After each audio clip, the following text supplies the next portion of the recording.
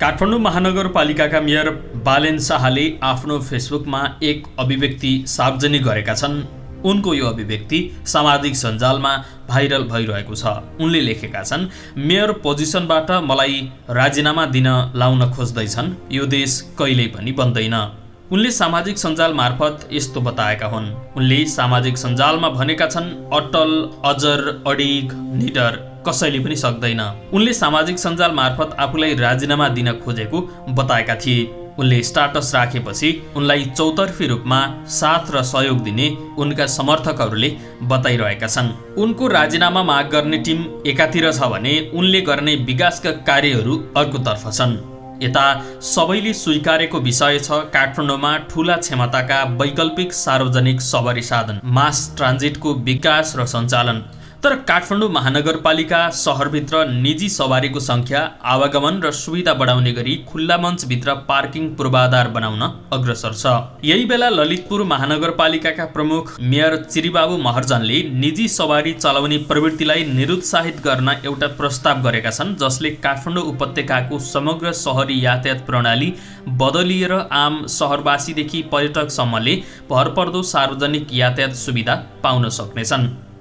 Mayor महर्जनले Kathmandu महानगरका mayor Balendra Shah Balen सामु गत हप्ता 2 पटक एउटै प्रस्ताव दोहोर्याए। उपत्यकामा मेट्रो रेल सञ्चालनका लागि काठमाडौँ र ललितपुर महानगरपालिका बीच सहकार्य गरौँ। बिहिबार काठमाडौँ महानगरको 28औं र शनिबार ललितपुर महानगरपालिकाको 104औं स्थापना दिवसका अवसरमा उनले सहरभित्र निजी सवारी थुप्रिरहेकोमा चिन्ता व्यक्त गर्दै उपत्यकामा मेट्रो रेलको विकल्प नभएकाले महँगो छ भनेर पछाडि हट्ने अवस्था नरहेको बताएका थिए। मेट्रो रेल सञ्चालनका लागि उपत्यकाका 18 पालिकाले राम्रो भूमिका र काठमाडौँले नेतृत्वदायी भूमिका खेल्नुपर्ने ललितपुर महानगरको प्रस्ताव छ।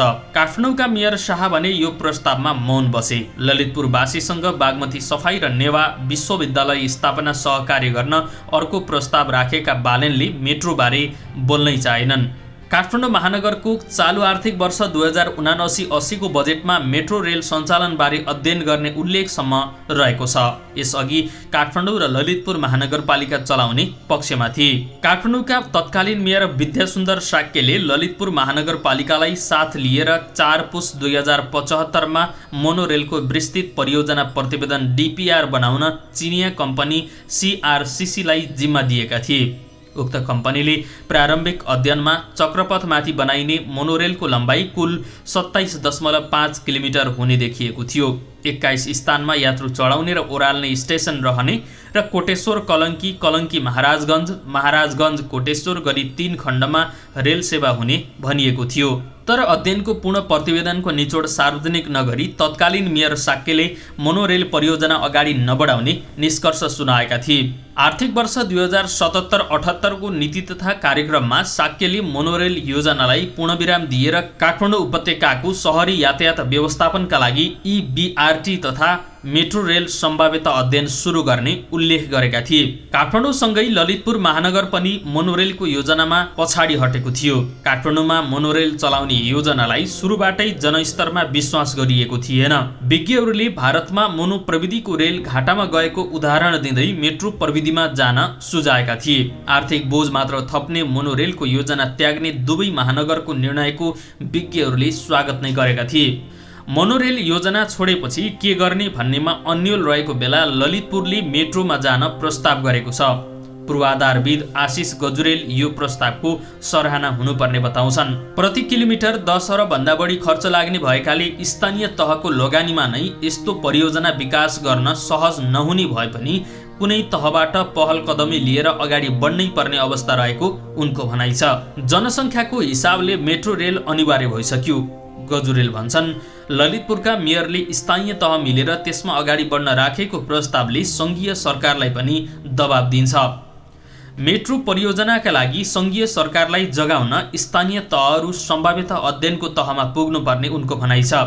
अध्ययनका लागि मात्रै अध्ययन होइन, निर्माण र सञ्चालनका लागि नै विस्तृत अध्ययन गर्ने गरी काठमाडौँका सबै स्थानीय तहले मेट्रोलाई अगाडि सारुन् उनी भन्छन्।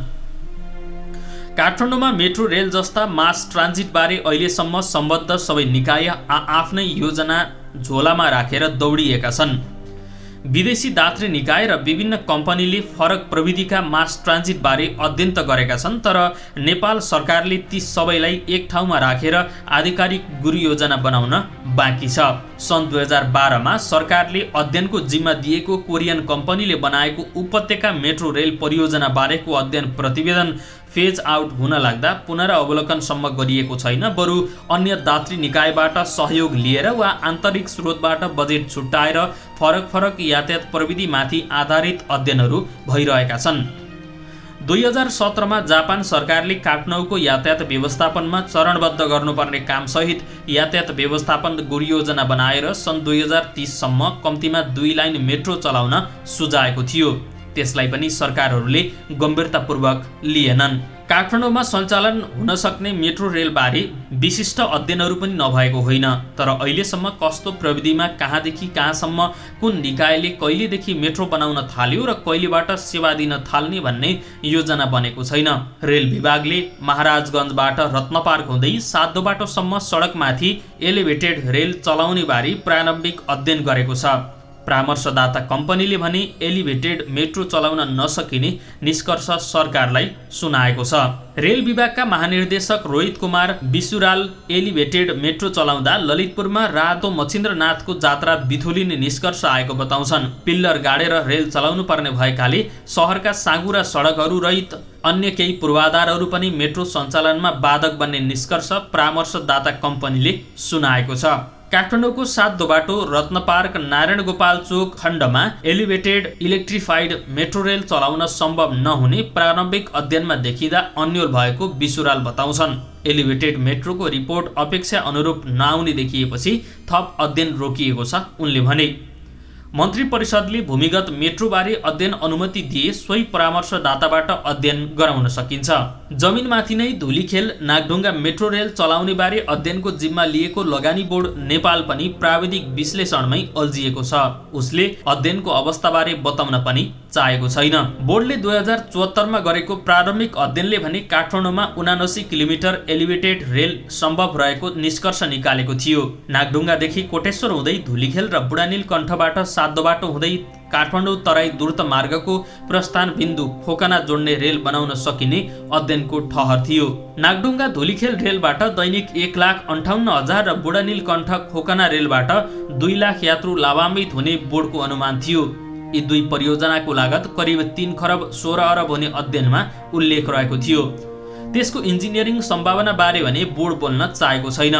लगानी बोर्डले चक्रपथमा बस र्यापिड ट्रान्जिट निर्माण तथा सञ्चालनका लागि पनि अध्ययन गरिरहेको छ। काठमाडौँमा मेट्रो रेलबारे जापान सहयोग नियोग जाइका कोरियन इन्जिनियरिङ कम्पनी र रेल विभागले छुट्टै सम्भाव्यता अध्ययन गरिसकेका छन्। काठमाडौँ र ललितपुर महानगरले मोनो रेलबारे गरेको अध्ययनबाट भने निराशा हात लागिसकेको छ। पूर्वाधार विज्ञ गजुरेल मेट्रोले सञ्चालन नाफा दिन्छ दिँदैन भनेर हेर्नुभन्दा कति आर्थिक लाभ हुन्छ भन्नेमा ध्यान दिनुपर्ने बताउँछन्।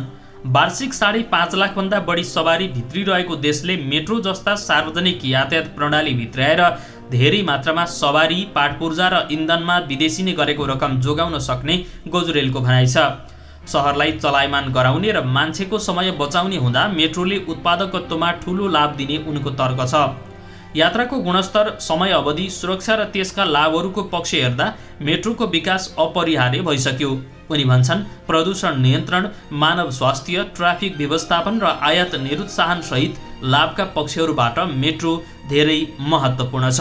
दर्शकवृन्द, तपाईलाई आजको विषयवस्तु कस्तो लाग्यो? कृपया सल्लाह, सुझाव र प्रतिक्रिया दिन नबिर्सनुहोला। यस्तै रोचक र जानकारीमूलक भिडियोको साथमा हामी फेरि उपस्थित हुनेछौँ। आजलाई भने बिदा दिनुहोस्। नमस्कार।